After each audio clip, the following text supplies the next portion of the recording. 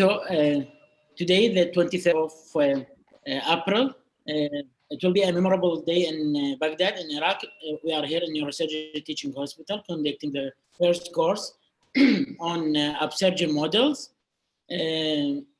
Actually, we are preparing since maybe 4 or 5 hours. And while preparing, we are doing some trainings. It's very interesting for all levels. We are here surgeons, resident students, and I think this model are helpful in all the level.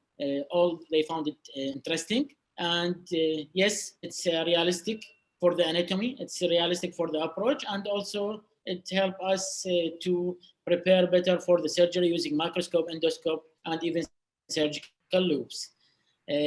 So we are ready to listen to the presentation from Professor Marco Cinzato, and after that we will start the stations. We make different stations, up to 7 stations actually. We do some modification according to the number of specimen we have, and yes, we are filling now 3 operative rooms, one for the virtual part and anatomy preparation and planning, and one for microscope, endoscope, and loops, and the third one is for the drilling. That's the main pathway for the course, and we are here about, I don't know, about 20 plus participating in this course. Thank you for the World Federation for this opportunity, and thank you for UpSurgeOn for their trust. Thank you. Let me introduce. Let me give you my welcome. This is the Global Training Project 2021, and we are all very happy to contribute to this idea. This was an idea, now it is like a cultural movement, I see. And today we are doing the very first experience at a global level. We are in Italy, so outside Italy, this is the very first experience we are doing. This is a cadaverless course. And by the way, this is not only a course, this is a new concept, a new mindset in terms of giving possibility of psychomotor skill training augmentation using technologies, using augmented reality and physical simulations. So we are opening new opportunities, and we are creating also an incredible moment of networking. And I am very glad of your support, Summer. And after this course, we will have a very big calendar of courses in many countries around the globe, thanks to the World Federation of Neurosurgical Societies and the Young Neurosurgeons Forum. I am part of this forum.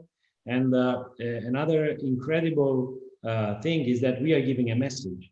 We are giving a message. There is something new. There is a new way to train neurosurgeons. And the most important part is that this will have an incredible impact on patients, millions of patients around the globe.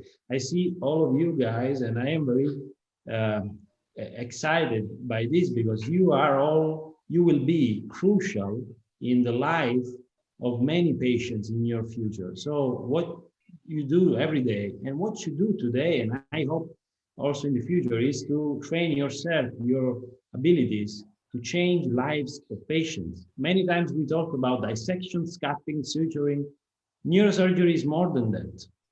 We enter the most important moment of the life of patients, and this is very important. You need to be prepared mentally and manually. You will be crucial for them. So I'm very happy of this. And we are writing a page of history for neurosurgery, I think, because this is the very first time we do something like this. So you are at the pilot study in the world, the very first doing this. We hope this will be only the first. Let me introduce an important guest. What we wanted to do, Summer, it was to connect a local faculty represented by you and your colleagues and an international faculty. And today I have the very great pleasure to introduce Professor Marco Cinzato, which is a key opinion leader here in Europe for many topics in neurosurgery, and most of all for vascular neurosurgery. So I am a neurosurgeon, and I mean, Professor Cinzato here in Milan is one of my masters. I'm very glad that he's one of the references and for us young neurosurgeons. So I am very honored to introduce him, and he will do the very first talk of this course. We have also the intervention of Professor Servadei, which wanted to record the message. So if you agree, before giving space to Professor Censato, we can open with this kind introduction by Professor Servadei, then we give to Professor Censato the possibility to open the course, if you agree. Yes. Okay. It's up to you. Dear colleagues, dear friends, my name is Franco Servadei. I'm the president of the World Federation of Neurosurgical Society and the professor of neurosurgery here in Milano in Humanitas.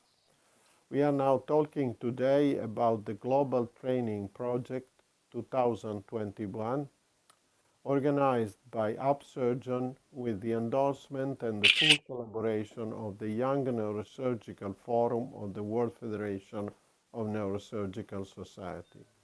This is the first hands-on cadaver-free course completely based on simulation technology, both via web and on-site. As we already published in 2018 in Focus, there are a lot of digital teaching possibilities to overcome the high cost of cadaver courses and of courses based on simulation machines. I am glad to support this new concept, a new era of training education. I give a warm welcome to all trainees all around the globe, and I thank all the local organizers from Iraq, Cameroon, Brazil, Argentina, Morocco, and Pakistan who are the first to organize this course. We are happy to help young neurosurgeons to learn surgical techniques and to spread the knowledge of neurosurgery with limited cost. All the best and keep safe. Welcome to everybody. Thank you to Professor Sammerholt. I'm very happy to participate to this course. And I'm really pleased to be here because, as Federico said, I think also that this is really something revolutionary.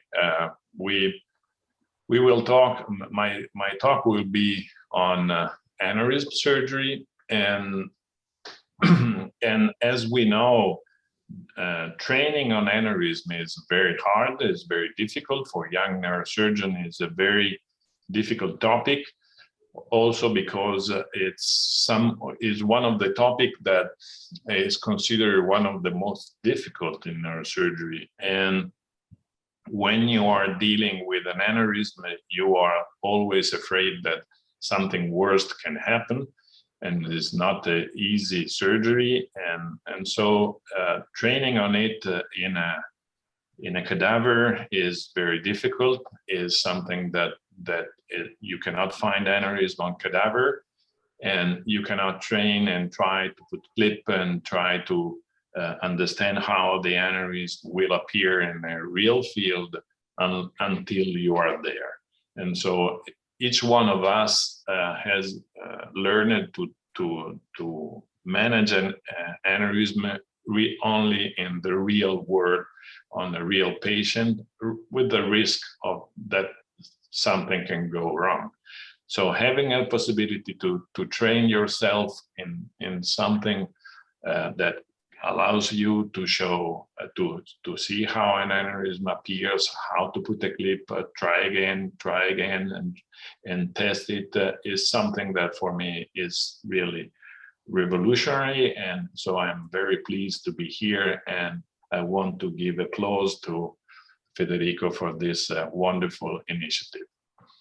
So if you can allow me to share the screen, I will start. Wait a minute. Let me do it. Should be this one. Do you see it? Yes. Okay. wait a minute. Wait. I work in Milano, in the Hospital Neguarda. I'm a good friend with Franco Sabadell, and now I'm becoming a good friend with Federico Nicolosi. So I hope I can meet Summer Holtz personally, but during this COVID epidemic, this is very difficult now, but I hope that I will meet Holtz in a short while. So let's talk about some surgical tips about intracranial aneurysm. One of the beginning part to deal with an aneurysm is anatomy is subarachnoid space. Unfortunately, this is not very easy to do with these models, and so you have to train on real. This is the only part you have to deal with the cadaver, because cisternal are very hard to reproduce. But this is just the introduction, because once you have overcome the arachnoid, then you can train on your beautiful model you have there. So we all know that there are several cisterns, and all the aneurysms are normally in the subarachnoid space. So having, wait a minute, having the knowing exactly how the cistern are and how the vessel are distributed in the cistern it's really important. But most important is how to learn how to dissect the arachnoid. As you can see here, you can the surgery of the aneurysm will start with well, after the craniotomy, and you have a lot of time and a lot of possibility to learn the craniotomy with the model you have there. But then you have to deal with the arachnoid. There are different ways of dissect the arachnoid.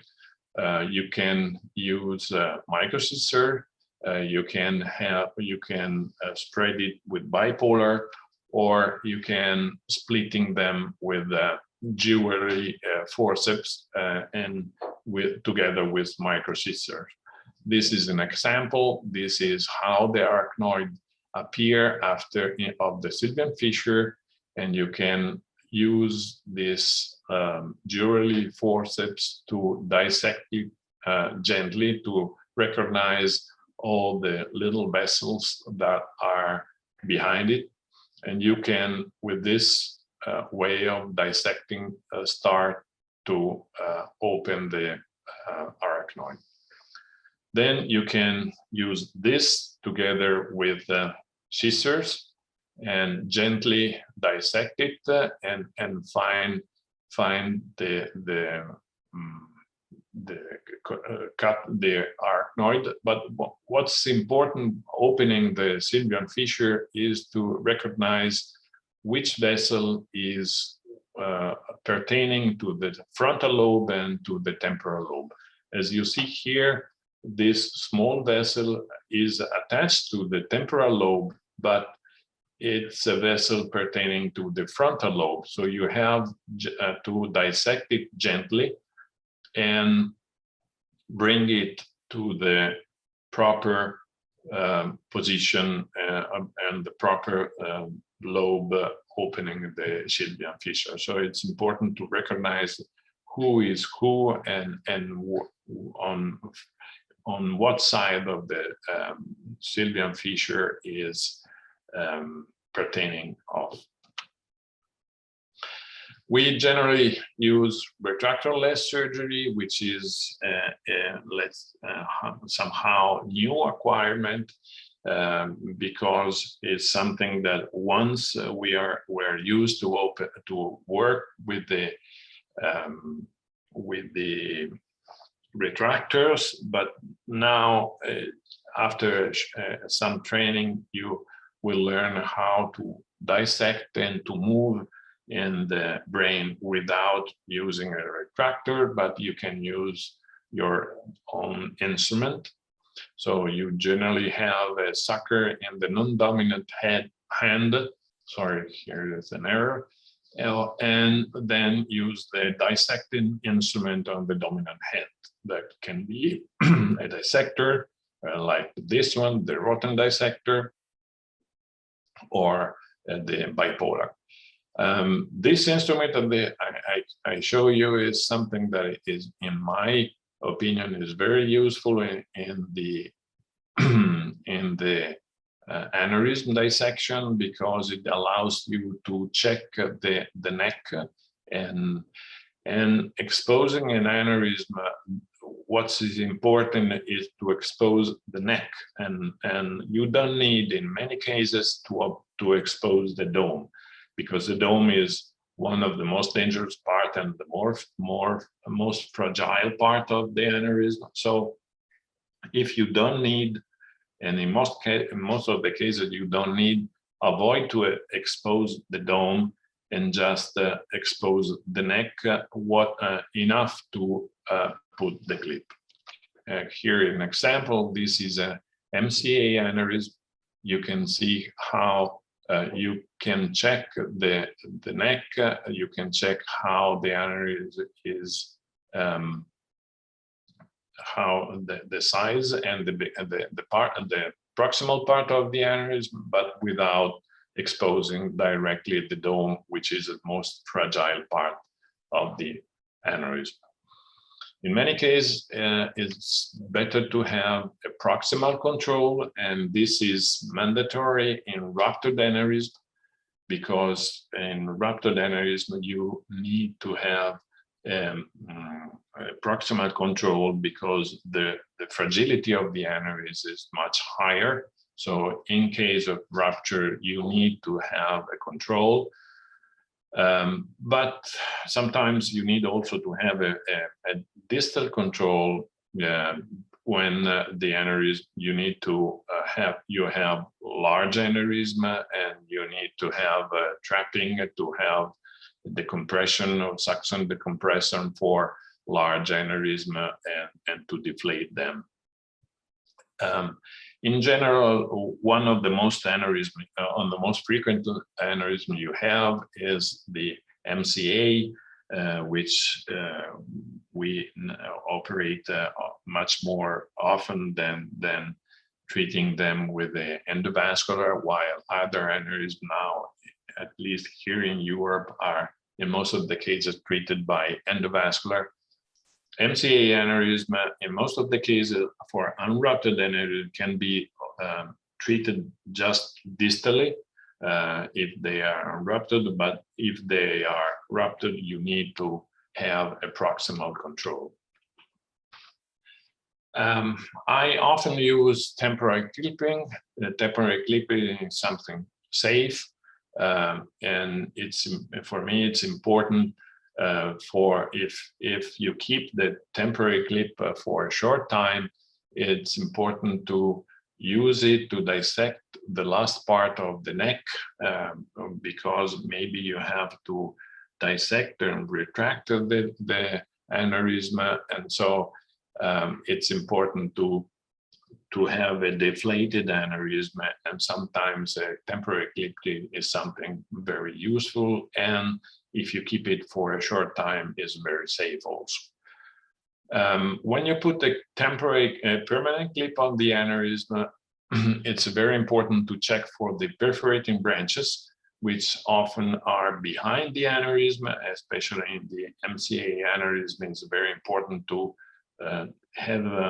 to look them before, to find them before clipping, and pay attention when you put the clip not to grab also a perforator. The way of applying a clip is something that it depends on the size and the position and the morphology of the aneurysm, but as a general way of putting a clip, is better to put it in a perpendicular, like the first one on the top, rather than the bottom one, because the aneurysm comes from a weakness of the wall of the bifurcation, and when you grab the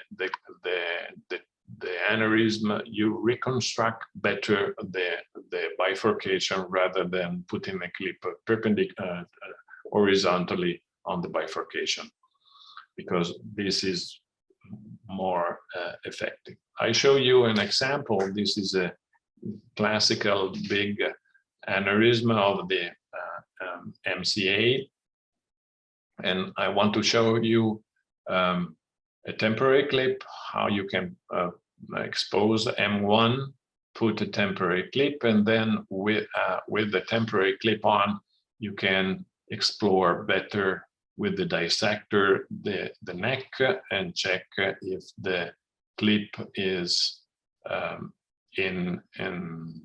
you can put the clip, and so you need to, before putting a clip, to explore the neck to see that both of the vessels that are coming out from the bifurcation, and check if you can put the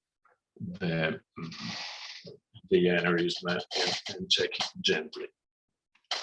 And then you have to choose the right clip only when you have a control on the aneurysm, because, as you know, there are several kinds of clips, and each one can be useful according to your point of view and how the aneurysm is located compared to the vessel you have to spare. And so it's useless to define before exposing the clip, but of course you have to have several kind of clips available, and in most of the cases you have to choose and try to understand which one can fit in that single situation. What is important is to release the clip very gently, very slowly, checking the tip of the two branches of the clip while you apply the clip. Never release the clip fast. As I will show you, you need to release the clip very gently, checking each moment how the tip of the two branches are on the of the neck of the aneurysm, and you have to position it until and you have to see the tip of the aneurysm or the clip when you apply it. And as you see, you have to release it very, very gently.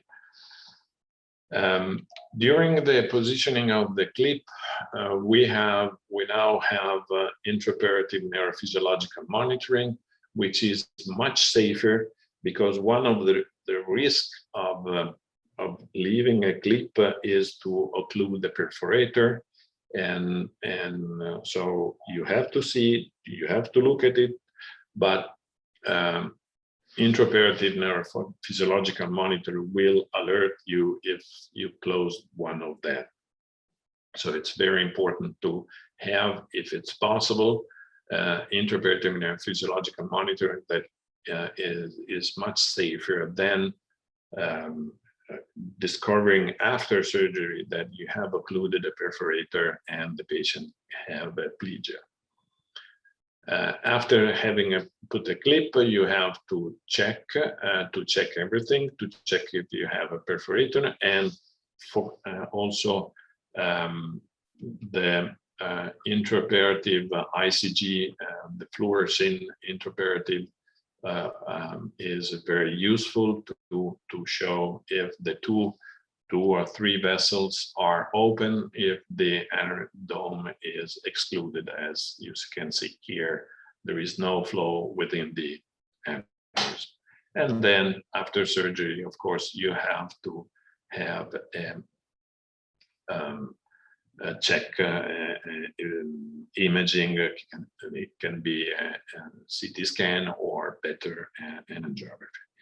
These are some tips, but what I want to show you at last is that one of the risks, the main risk, is intraoperative rupture, and so this is something that scares everybody working with an aneurysm, and you have, this is the main risk of aneurysm rupture, of aneurysm surgery, together with an ischemia that I already told you.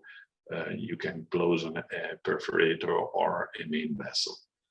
But also intraoperative rupture is something that can happen, and also in unruptured aneurysm. And I want to show you a case, and I want to show you that also an intraoperative rupture can be handled, and something that you have to be aware, be prepared to deal with, and I want to show you how this is an example.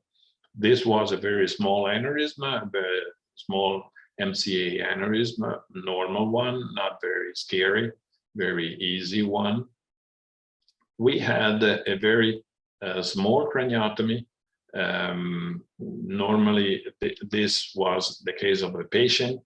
You can see an MCA aneurysm can be open with a very short and small craniotomy, just to expose the sylvian fissure. Is not necessary to have a large pterional craniotomy, because in effect, what you need is to see the sylvian fissure, not more. So this was a small MCA aneurysm. You need to expose it, and you can do it also with a small craniotomy. But the fear is always that I do not have any control. If I have a very small access, maybe if something goes wrong, what can I do? So I want to show you that also with a small craniotomy, you can handle it. So this is the dissection of the sylvian fissure. You see here how you can use forceps, or you can use also the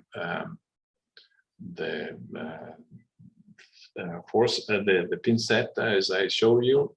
And this is the exposition of the aneurysm. You can see here, this is the checking the neck, checking how the aneurysm is, the branches, how is the aneurysm. You see here what that was. And now I'm applying the clip. As I show you, you can see the two vessel M2. This is the neck. I will apply the clip, and as I show you, release it very gently. Check everything and release the clip. This was it was the positioning, and it appeared to be a good one. But after that, you can see that some of the aneurysm is out.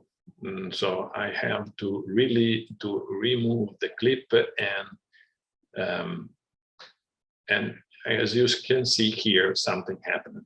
The clip slipped out from the plier, and from a situation like this is very scary. Fortunately, this video don't have the audio, and so I don't let you listen what I said during that. But from now, the video is in real time. You can see here, you can you need to have a sucker, very strong sucker, ready to do something. And with a strong sucker, you can see that you can reach the aneurysm, try to find where the clip was, try, and of course it's a very hard situation, but at the end you can see something when with a strong sucker, when you can find the hole on the aneurysm, you can see what you have. You can see again the aneurysm, and so try to control the hemorrhage. And as you can see here, finally changing the clip, putting the right one at the end, we have a control of the hemorrhage. Of course, this is a clip just there, which is not the correct one, because I got also the M2 branch, and you see here the clip that has slipped out, and it's, of course, this is not the definite situation, but then when you can see something, then you can put the clip again in the right position. And so also from a small condition like this, you can control the aneurysm and finally have the control of the hemorrhage. This is the final condition. The aneurysm is secured, the vessels are open, and as you can see here, this is the Indochina green fluoroangiography. You can see that the vessels are open, also the one behind the aneurysm. The dome is not perfused anymore, and the postoperative CT scan, the CT scan was right. The patient worked well without any clinical problem. And what happened? The patient awoke without deficit, and she was discharged in day 3. And what happened was that the applier wasn't inserted correctly into the clip when I tried to reposition it. And so you have to pay attention also to that, because this, as you can see here, it was not very it was not properly grabbed the clip, and so it slipped from the applier. In this position, probably the clip was not the right one. Should be probably I should use a straight clip rather than a curved one, as the one I used afterward. And so what I want to show you, I want to show you this video because this is the most the fear of each one who deal with an aneurysm. But I want to show you that if you keep calm, if you can understand what you are doing, if you don't panic, you can manage it also through a very small craniotomy. Okay, that's a finish. And thank you for the nice presentation. One of the most difficult situations to have intraoperative rupture. I think we in Baghdad do a lot of ruptured aneurysms, at least 1 or 2 per week. And maybe 99% of our vascular series are ruptured cases. So yes, there is a lot of anxiety, adrenaline rush in these moments, and it's difficult even with the smaller branches like DACA, distal anterior cerebral artery or whatever. It's always a difficult one, even with the small aneurysm from small branches. Thank you. Thank you in general for the principles. I think we need the principles. We don't use retractorless very much, and maybe because of the ruptured cases, the Sylvian is more tense. But I think we will try to use it as a retractorless surgery. Thank you, sir. Okay, thank you to you. Thank you very much, Professor. Actually, we are preparing some slides for each of the approach, just to as a demo for the surgical anatomy, for the three approaches for today, and from that we will start the hands-on. As part of the UpSurgeOn activity, the whole project of the UpSurgeOn is supported by many bodies, respectful body, the most important, the World Federation, European Association, Cambridge, Brain Book, and Neurosurgical Atlas. The idea is to build a 3D imagination, surgical planning, intraoperative orientation, and to get the best surgical result. This, on the contrary, if we are using cadaver, it will take more years and it will cost a lot for the training. That's just a general idea. That's about the needs, and it's a process that take too many time for the training in the usual circumstances, and learning anatomy and getting up with the skills. But in the usual circumstances, it will be episodic, but with the using of simulation models, it will be more consistent. You can use the simulation on a regular basis, like weekly basis, monthly basis. It's up to you. And you can fill the gap in the training using simulators. That's the idea. We are working now on these combined skills, the mental skills, automatism, imagination, and strategy. That's what we are trying to do here in this course.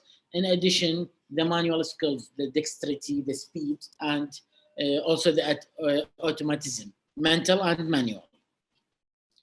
And that's the general idea. So we are trying here today to do mental training using apps, hybrid training using apps and models, and finally, pure hands-on simulation using the models.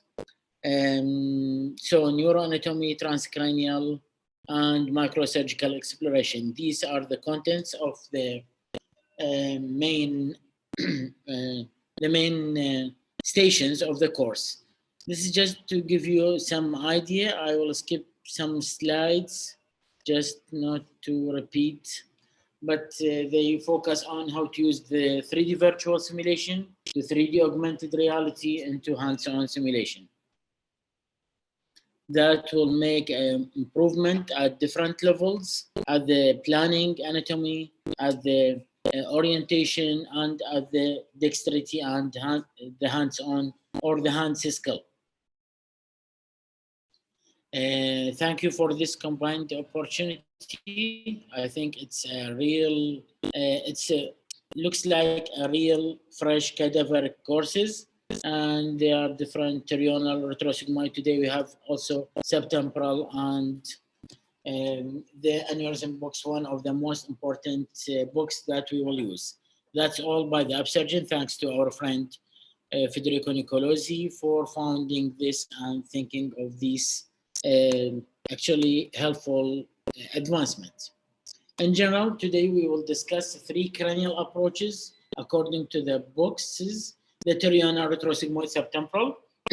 If I am a junior resident, what should I know from the terional? In general, the approach, anterior approach, where I can go to aneurysm, anterior circulation, to basilar tip, to cellular, paracellular, anterior basal meningioma, and paraclinoidal lesions.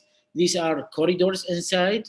General incision, these the theoretical part that will be transferred into the training part. You can use it from the application directly, reflecting the flap, reflecting the temporalis, then doing the bone flap, and to get directly into the sylvian. That's the main item to join the rather proximal part of the sylvian fissure, and from that to dissect deep into the corridors. Just I think always if anybody use the terrestrial approach, try to figure that you are operating on a craniopharyngioma. While operating on a craniopharyngioma, you must use 4 operative corridors. These are sub-optic or inter-optic space, optical carotid, carotid oculomotor, and carotid oculomotor and the lamina terminalis space. These are very important space that you can dissect and find structure. For example, if you go inside between optic and carotid, which is usually a small space, small triangle, you can get access to the cilium. But if you're going more lateral between the carotid and oculomotor, so you will find in the middle the pecom artery, in the lower part the choroidal artery, in the base there will be the posterior clinoid process and the membrane of Lilliquist. If you open it, you will find the basilar tip. These are the advantage of combining the anatomy with the surgical approach. Apart from terional going to retrosigmoid, it's more clear for the indication as Roton describe it into 3 complexes, upper and middle and lower complex. It will be according to the target. So after opening a retrosigmoid incision, you can now do the craniotomy using the model for the bone with the with the sinus fixed. I think the retrosigmoid is the bone flap through sinuses because you have 2 boundaries, the transverse and sigmoid sinuses. After doing the flap, you can reflect the dura and go to explore inside. So this is the junction. In Roton, you can find an image showing that if you pull from this part, you will go to the upper complex, including midbrain and the trigeminal nerve. If you put the brain retractor on the lateral side, you will go to the 7th, 8th complex with the pons. And if you pull the cerebellum from this side, the retractor will pull the cerebellum to show the jugular foramen and lower complex. That's the general idea. And do not forget that always you can, if there is a tense brain, you can go to the cisterna magna. It's just down and medially here. So exploring structures, going from up to down, from 5, 7, 8 complex into jugular contents. The landmark always will be spinal accessory, and from that we will know this is the jugular foramen, so this is spica, getting above to reach the 7th, 8th complex and ica, and above it is the trigeminal with the ceca, superior cerebellar artery. Always in the upper part there will be the superior petrosal vein. The third and final approach will be the subtemporal approach, or we can call it the temporal. There is many modifications for it, but in general, the intradural subtemporal is more interesting here, as you want to explore more in the anatomy. I think it's very important in many aspects, not only aneurysm, also for any lesion. For any lesion located around the midbrain in the perimesencephalic area. The subtemporal approach will be very nice, either using straight incision, question mark, inverted U incision, going inside, doing small craniotomy. Just you will find temporal, going subtemporal will reach the ambient cistern, crural cistern. You can go anteriorly to the interpeduncular cistern or posteriorly into the quadrigeminal cistern. That will be very nice. Always you can find superior cerebellar and posterior cerebral with the oculomotor and trochlear in between. These are the main 4 structures that should be identified in the subtemporal approach, are the superior cerebellar artery, posterior cerebral artery, 3rd and 4th cranial nerve. And you can go anterior to the basilar tip, you can go posterior to the pinea region. That's the introduction for the approaches. And I hope we are ready now to go to the more interesting, I think, the hands-on part. Yes. Thank you very much, Professor Hodz. I think that we have finished with the theoretical part, and so you can pass to the practical aspect. So I will stop this share and we will start to our stations. Yes, yes. Okay, thank you. Thank you very much. Enjoy your experience. On your screen. Okay. This step includes retraction of the brain and exploration of the major organs and the major vital parts within this approach. So if we zoom in, you can see the middle cerebral artery. You can see the M2 segment of the middle cerebral artery. You can see the insula as well as all the other vital structures.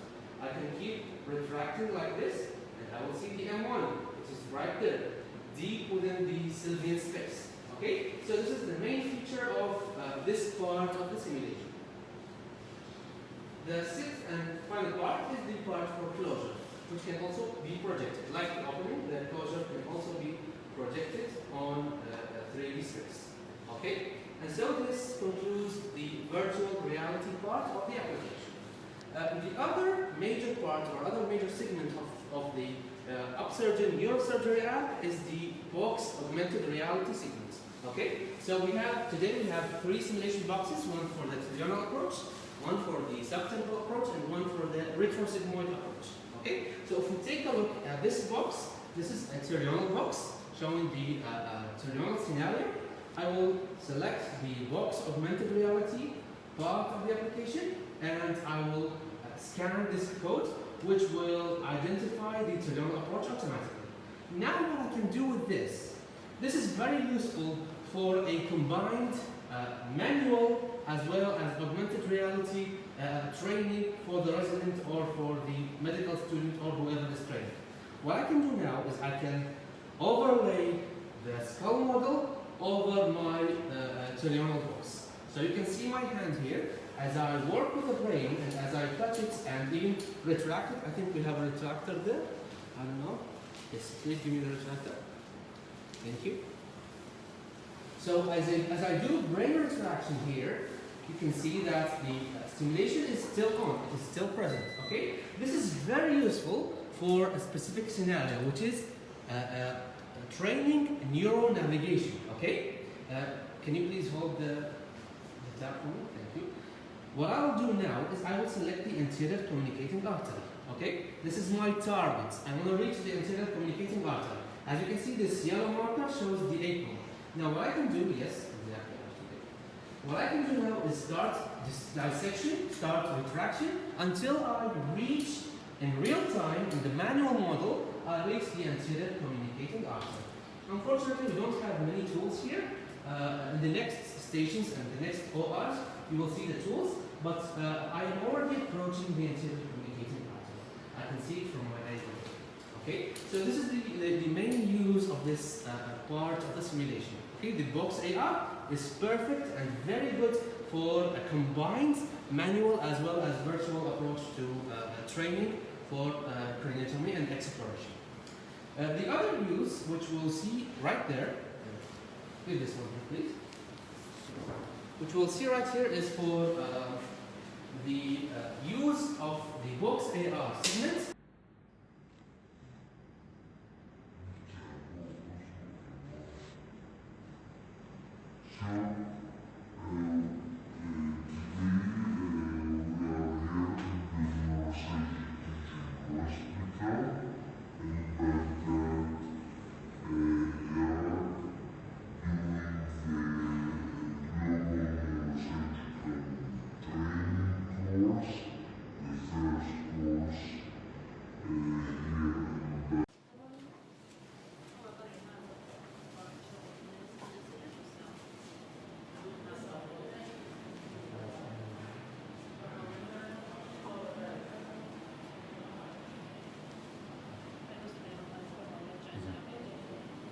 السؤال انت بديتي برا من البداية هنا شكل؟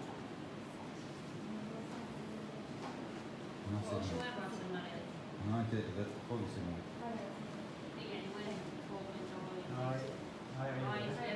Why vertex marker? Why this one? Right. سألنا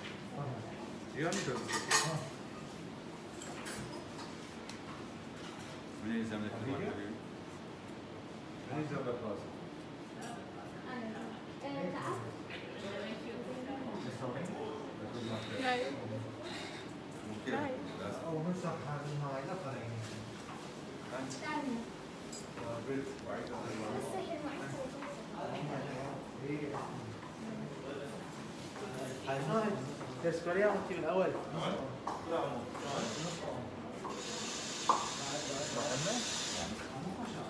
لا درسنا مو طويل.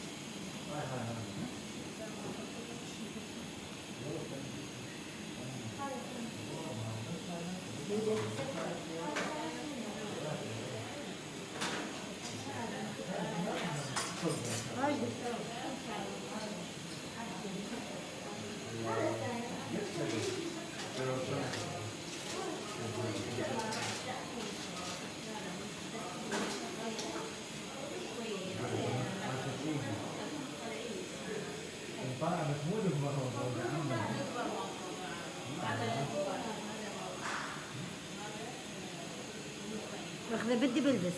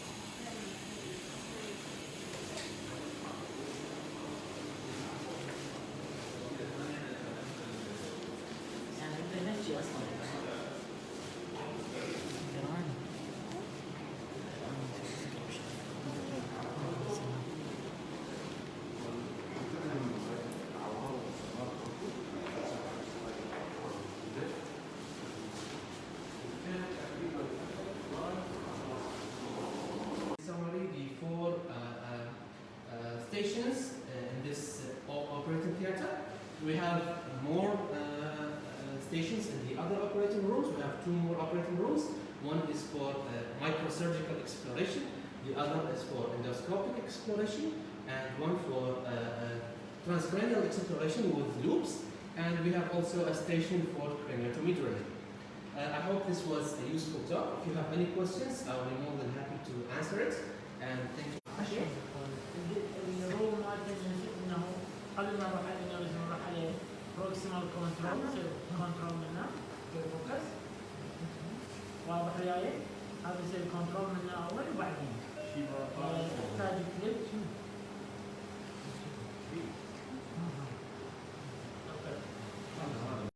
نريد يشتغل مع الانوريزم ابقي كلش حلو ابقي بس على كيف حبابه رجع الى المزيان كلش حلو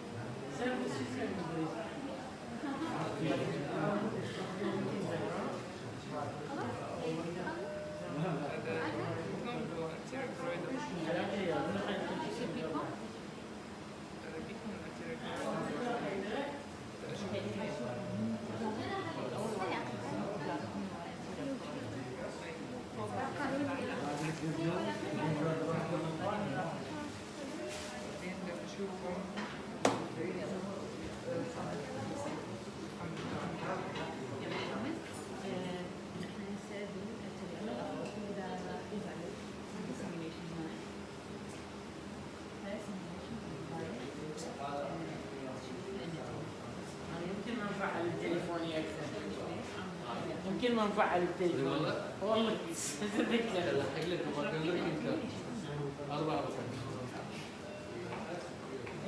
اكيد احد عنده ايباد يريد شيء وين تليفوني هو اصلا؟ احد شاف تليفوني؟